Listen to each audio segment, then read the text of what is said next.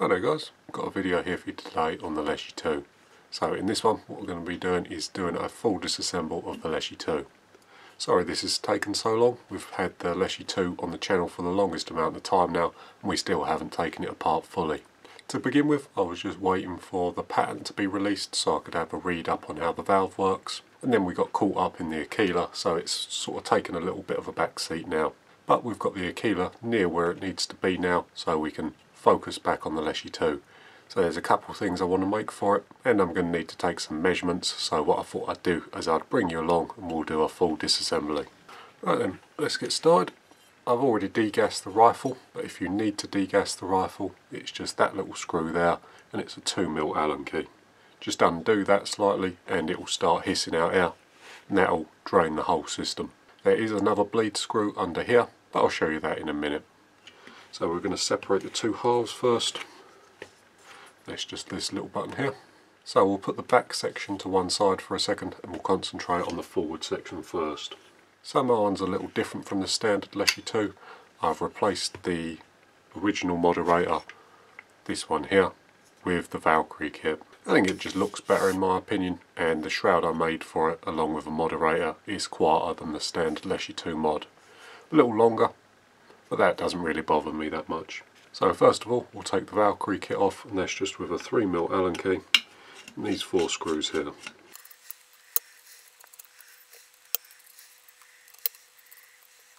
And next I'll just take off the shroud.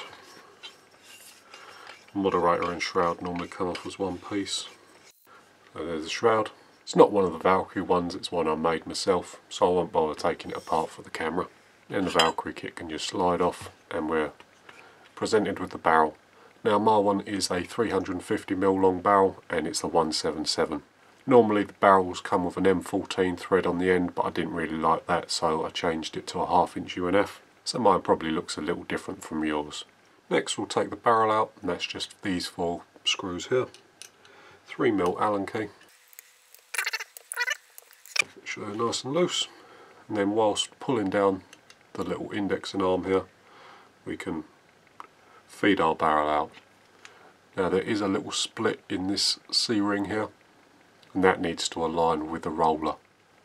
But once that's out, you just push the barrel out the back.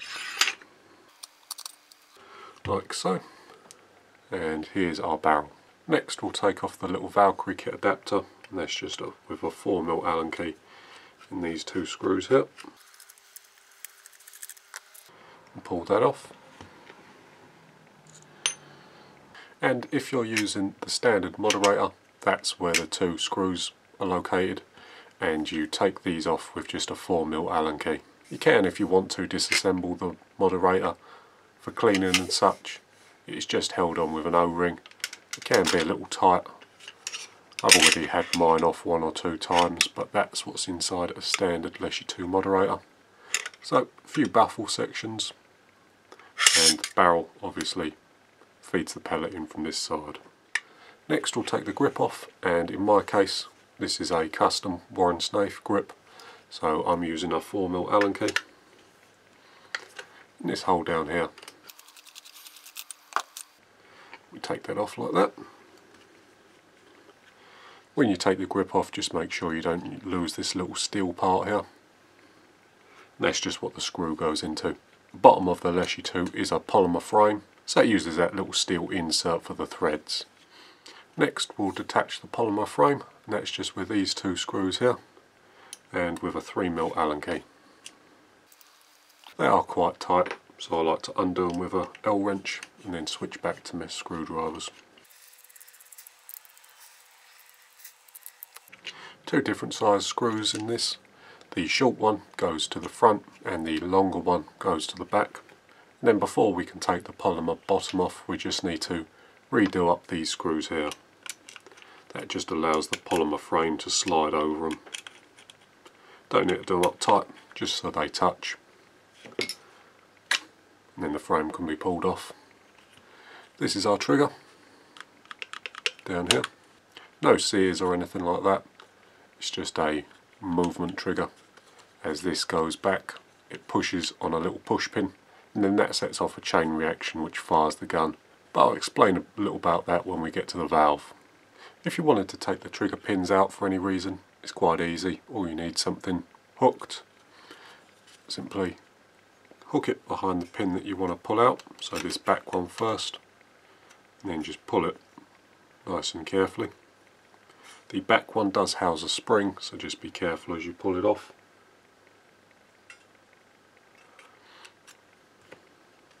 So there's the rear pin. For the middle pin, all you need to do is gently lift up on the trigger sir, and that pulls out the whole trigger assembly like that. And then this last one is the safety. So we need to take out the safety bar first. That's just with a 3mm Allen key. Then each side comes apart. And then to get the final one out, it's easier to put the whole assembly on a flat table and then just push on the safety bar on the bottom. It does have a spring and a ball behind it, so just be careful. A nice firm push and it should come out. So pins in the top there, and this spring ball is in the bottom there. Right then, and that's the first part fully disassembled. Right then, we can bring back the block and do a little more disassembling. I'm going to leave all the screws and the nuts all left in there. I'm also not going to bother punching out the pins. I can't see any reason why you'd need to punch them out. But if you did ever need to get them out for some reason, they're just pinned in there, so just get a punch on them, knock them through. But I'm going to be leaving them where they are. So we'll concentrate on the back. And first thing we're going to do is take this plate off. So again, L-wrench, and we're going to be undoing these 3 bolts. That's just with a 3mm Allen key. Once all the bolts are out, they are all the same length, we can just wiggle the back piece off. It does come off pretty freely, however it's fairly tight on there. So we'll stick the block to the side for a second and concentrate on this back piece here. So first thing we can do is remove this pin, and we can just push that out the top. Next we'll take this little arm off, and this little arm is held on by a C-clip. So we need to get that off. The easiest way I've found to get these off is just get them started with a Stanley knife. This is nice and thin and just works really quite well for pushing these little C-clips off. So we get them started, then with a nice sharp pointy thing, just hook them off. Now, these are quite small and they do tend to go flying, so it might be worth just getting a few of these, sticking them in a bag just in case you lose any. And then we need to do the same on the underside here. So just get it started with the back of the blade, then hook it off.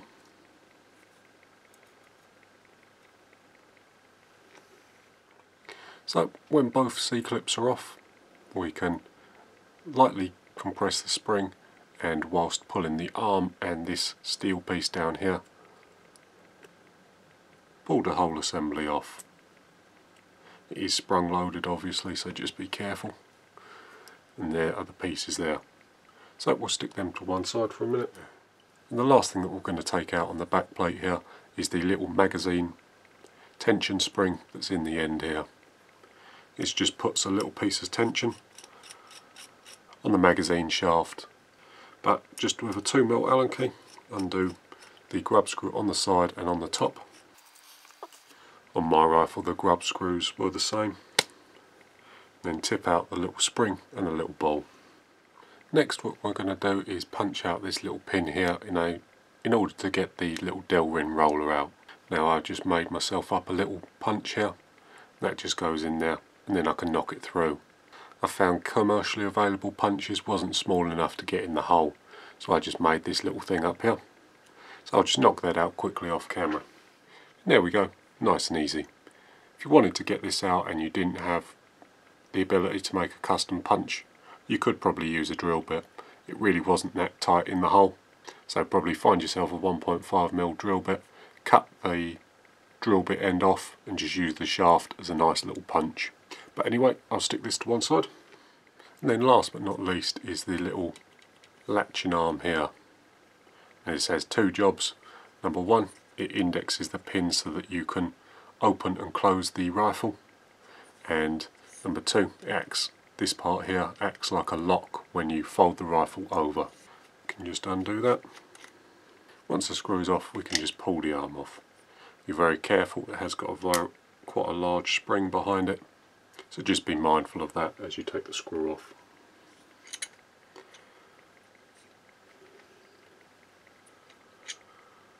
That part there. Then there's the spring carrier there. So then that's all the little pieces to that assembly. And then that's as far as I'm going to take the block. There is a little Delrin spacer on there which I'll pull off, and that was in that recess there. You could, if we wanted to, knock these 2 pins out, these 2 here, but I don't see a reason to. But then that's the bare Leshiy 2 block. Right then, now we can move on to the butt of the rifle. Now this is where the magic happens. This houses the valve and also the air cylinder. Now mine looks a little different from yours. Mine's got a digital regulator gauge on the side here. This isn't a Reaper one, it's not an externally adjustable reg. I did make this quite some time ago now, just because I didn't want to faff around with the regulator tester. And it's also fitted with the black bits that I sell on my little eBay store, so the black button, the black butt pieces, and then I just painted the fill cover there black, so there's no more red line around it. I just think it looks better all black, but that's just personal preference. I've also put a little bit of paracord around it. I stole that idea from Ed Gun West, and it works quite nice actually. The neoprene cover got all rucked up when I fitted the gauge on there, and instead of cutting it down I just wrapped it in paracord. Found a pattern I liked on YouTube and just followed the tutorials. Nothing really that fancy, but works quite nicely. Right then, let's get started disassembling this. First we're going to take this little brace off, and that's just with a 4mm Allen key. And this reveals our secondary bleed. This little screw in here is a secondary bleed for the air tank. So if you ever lock your regulator closed, you can undo this and still bleed the pressure through. Obviously most people swap these for the bottles, but I've left mine as the original cylinder, so I've still got that option. Next I'm just going to take my regulator gauge off, then I can unscrew the valve, this end piece here. I'll stick this to one side as we'll be covering this as a whole in a minute. Next we'll unscrew the regulator portion of the air cylinder. So there's the regulator section. It does have my plenum plug in it. I don't really like this idea. I'm going to try and change this for something else. Now that I understand how the valve works, a plug in the plenum's quite a crude way of limiting the power. So I'm going to try and come up with something a little different and hopefully a little better. But this is the one I made. As you can see there, it's got a wall halfway down, and that's what the gauge screws to. So down there. And the regulator's obviously in the back here. So to get the reg out, all we need to do is take some spring pliers and then remove the little clip. Once the clip's out, we can pull the regulator out. They are normally quite tight, but there we go, there's the regulator. And then I'm just going to pull my paracord wrap off, try and keep it in one piece. Right, next we're going to take this rear air cylinder off. To do that we need to get in here with a 4mm Allen key, just located on the screw, and then undo it.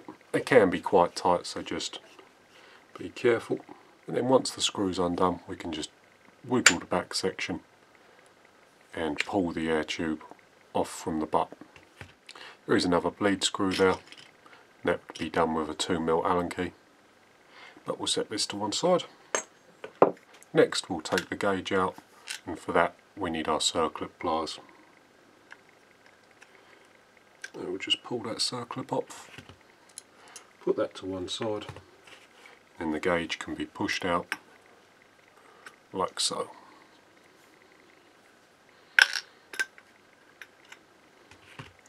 There it is there. And then to remove the gauge from this little body here, you just need an adjustable spanner across these flats and another one across the gauge. As I said before, I prefer adjustables on gauges as the gauge size is often not close to a spanner size. And there we have it there. There is an O-ring in the bottom there. There's the gauge and the little adapter for the end of the gun. I did used to have the digital one on the back, but for the air pressure you don't need an exact amount of air that's in there. So I just swapped it over to the analog one. And then next we'll take off the bottom air cylinder. So first we'll rotate the fill cover and stick in our fill adapter. Then we can just unscrew it. If you don't put the little fill adapter in, what will happen is it will just spin in the rifle. And there we have it. There's our bottom air tube. And then when we take this out, take this little O-ring off here, we can then push this assembly out as one piece, like that. And then on this section there's a few things we can take off. Firstly, it's the one-way valve here. A rather clever one-way valve in that it's just a screw with a little bit of the threads ground away and an O-ring. Quite a clever way to make a very simple one-way valve. And the last thing we could take off is this little end cap here. Now I had to make a little specialist tool for this, as none of my flat bladed screwdrivers could get the C-clip started. So what it is, just a little piece of stainless steel that pushes on that C-clip. Just gets it started enough so that we can come along with our little pointy thing and hook it out of the seat. Like that. Then once the C-clip's off, the end just pulls off. You've got to be quite careful with this, as there is a little spring and a ball behind there. What I like to do is just let it ping down on the desk, and then we can just pull the spring out.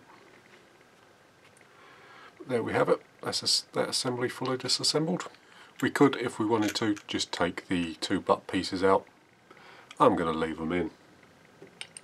But if you wanted to get them out, what I found works best is just with a punch in the top one.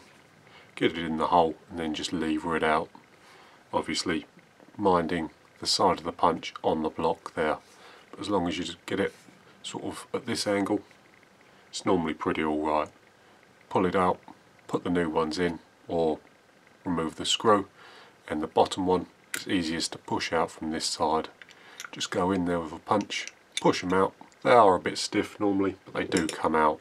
If you are interested, I do have a video of fitting these black parts on the channel already. When you unscrew your air cylinder from the adapter here, it may take the end out with it. That's quite normal, and all you have to do is unscrew the end from this piece if it comes off like that. If you want to get this piece out, what you need to do is use a couple of pins in these holes and undo it. But I'm going to leave mine as it is, as there's only an O-ring in there and we don't really need to take it apart. So I'll stick this to one side and we'll get the valve out. Right then, now we can move on to the valve. So the valve's quite a complicated little piece of kit, but I'll show you how it comes apart. So first thing we're going to do is remove the little black button. That's with a 2.5mm Allen key in the little screw hole at the top there. Here's the button out, and then we can remove the locking pin. It has got a little spring on the end, so just be careful of that. Once that's off, we'll take the magazine indexer out, and that's just a 3mm Allen key in this screw here. Just remove the cover there. That piece comes out as a one part. It's just a shaft with a spring on it. And then to remove this top piece here, all we need to do is push down on it a little, and then using a 2mm punch, just push this pin out here and this one out here. Once they're both out, we can lift the top off, the spring and the indexing system itself. We can also remove this little steel part in here.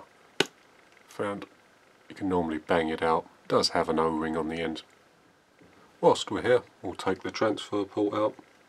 My one's a PTFE one, your one's probably just a red one. There's the PTFE part. and then we can see the brass valve in there. We will be getting that out in a minute. So first of all, what we're going to do is undo the back of the valve like so, keeping the valve nice and upright. Then once it's undone all the way, tipping it over and pulling this part out all as one piece. And then there's the underside of the brass shell. At this stage we can tip this little pin out in here, and that's just this piece here. So give it a nudge and it should fall through the valve. Here it is there. Little ball on the end with a spring behind it. Looking at it, my ball has split, so I'll need to replace that, but that shouldn't be too hard to make. I'll put this to one side, and then next what we'll do is we'll take apart this piece. So there is a spring and a ball behind here, so nice and careful. Wiggle the little plastic piece out from the aluminium seat, like so, and there we see the little ball on the end there. Now this is the valve itself, or the valve seal, and this seals on the brass shell that's still inside the rifle, but it does have a push pin that's still in the hole there, so we'll tip that out, and there it is there. I'll explain a little about how the valve works in a minute, and then with some tweezers we'll just take this little ball bearing off the top there so it doesn't get lost. It's a very, very small ceramic ball bearing. Nice and careful with it. And we'll also take out the seat and the spring while we're here. So there's a little ball bearing seat. And then finally we'll remove the spring. These can be a little stiff in there, so just be careful as you pull it out.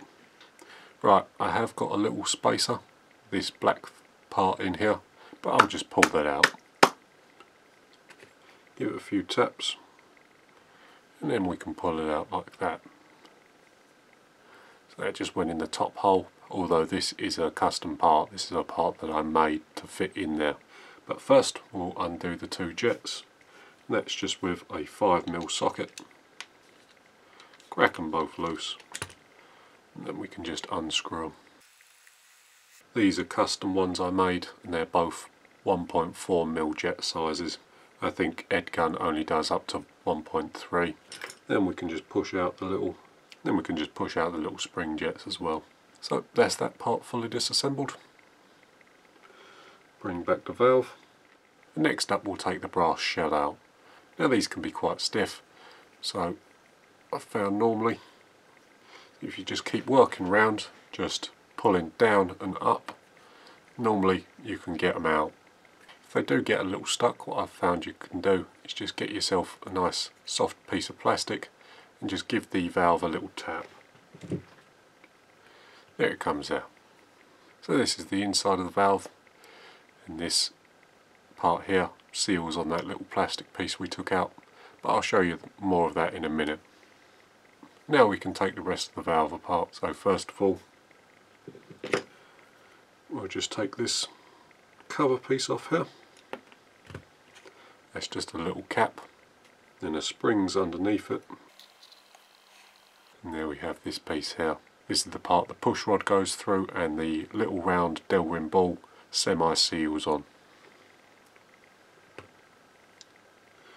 Then if we come in from this side, we can just push the whole housing out.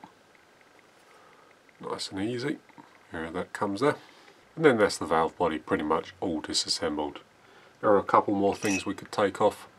This screw here, I'm pretty sure this is just a blanking screw. But we'll just take that off with a 5mm Allen key. And we see in there, and there's the screw. I'm just going to put it back, as I'm pretty sure that's just a blanking screw. Next we could knock the pins out if we wanted to. I have already taken this one out on another video, so I won't do it on this one. And this is the locking pin, so as you fold the rifle together, this is the pin that locks. It's slightly different on the Valkyrie kit, as it's a little longer and allows the rifle to latch easier. So the last thing we could take off if we wanted to is this plate here. Now this is the locking plate, so as the rifle gets closed, a pin rides up here, this little slope, and drops into this little hole. That locks it in place so that as the rifle fires, the rifle doesn't automatically open up. I remade mine. This is stainless steel, as the original was some kind of chromed or plated metal, and the plating was flaking off pretty sharpish. So I just remade it in stainless. But it's super tight in there and I really don't feel like getting it out. So I'm going to leave it in. Although if you did want to get it out, take this screw out here and then bang this pin out. If I remember rightly, I banged the pin this way to get it out and then this way to get it in. But there we have it. Pretty much fully disassembled. We could also take the trigger stop out, but my one is really nicely adjusted at the moment, so I'm going to leave it where it is. I'll explain a little more how that works when we get to the rebuild section. Right then, and finally I just thought we'd have a little chat about the valve. So if you want to read the pattern information, I'll link the pattern information down below. But anyway, I've just loosely assembled it outside the rifle so we can see what's happening, just with all the important parts. So in the rifle it's assembled like this. Valve's nice and tight. So inside this brass valve core is the little plastic piece that looks like a funnel, and that's sealed on the inside of that valve core. So when we pull the trigger, it pushes on this pin here. This pin pushes on the pin in the middle here, and in turn presses on a little ball bearing that we took out earlier that's inside the plastic part of the valve. That ball bearing deseats and allows pressure to rush out from this hole here. What happens then is the plastic part of the valve is able to deseat from the brass part of the valve, and air is able to flow through these holes here. These cutouts that are connected to the back of this aluminium part, through these cutouts and through the holes here, through the brass part and around these holes here. When that happens, it does two things. One, it sends air to the magazine indexing system, and secondly, and most importantly, we get the puff of air that comes out of the transfer port.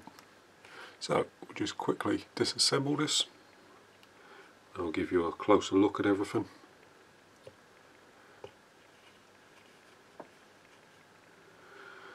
There we have it in there. This ball bearing seals on that hole there, and when we push the push rod, it deseats this ball bearing from this circle here, allowing the air that's in this chamber to rush out of the end there. This in turn causes this valve seat to retract and allow air to pass over this part and through the brass shell. So air travels from these holes here, round the outside of this plastic part here, through them holes down in the bottom, not the central one, the ones on the outside. So in the valve you have two main bodies of pressure, the one in here and the one on the outside of the valve.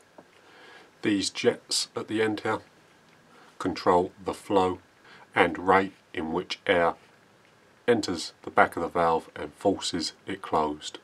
That's why having larger jet sizes decreases your power, as the valve is able to close faster, and having smaller ones allows the valve to stay open for longer, therefore giving you more power. So really quite an interesting and unique design. There are some nuances to that, and I'm still working out exactly what changes what. For example, putting this little spacer here in one of these holes increases the power. I think that's because if we take up volume in this chamber here, what it does is when we pull the trigger and fire the rifle, the valve back sees a greater pressure drop, so the valve opens for longer, or closes more slowly, one of the two. But there are some more experiments to do with the valve, and it's something I'm quite looking forward to playing with. I've got a little idea that I'm playing with, and I'm just trying to make work at the moment, in which the two bodies of air, so the one in the valve and the one around the valve, are actually different pressures. That would involve having two regulators set at two different pressures, so it changes the speed in which the valve can close. I don't know if it will work, but it's something I want to try, but that's still a little way off. Oh, and while I remember it, just one thing I forgot to take off while we was in this part of the valve body is there's a little Delrin spacer at the bottom of the magazine indexing hole. So you just need to tip that out. It can get a little stuck in there, So all I had to do was poke it with a cocktail stick, and that loosened it enough so it fell out when I tapped it out. But I just thought I'd mention that now. Apart from that, I'm really pleased with the Leshiy 2. I think it's a really well made rifle, and I'm really happy to see all the little pieces and all the little parts of engineering that make it perform the way it does. So the reassembly will be coming a little later. I need to design some things and make some things. So the reassembly won't be for a little while. But with that being said, guys, thanks for watching, and I'll see you in the next one.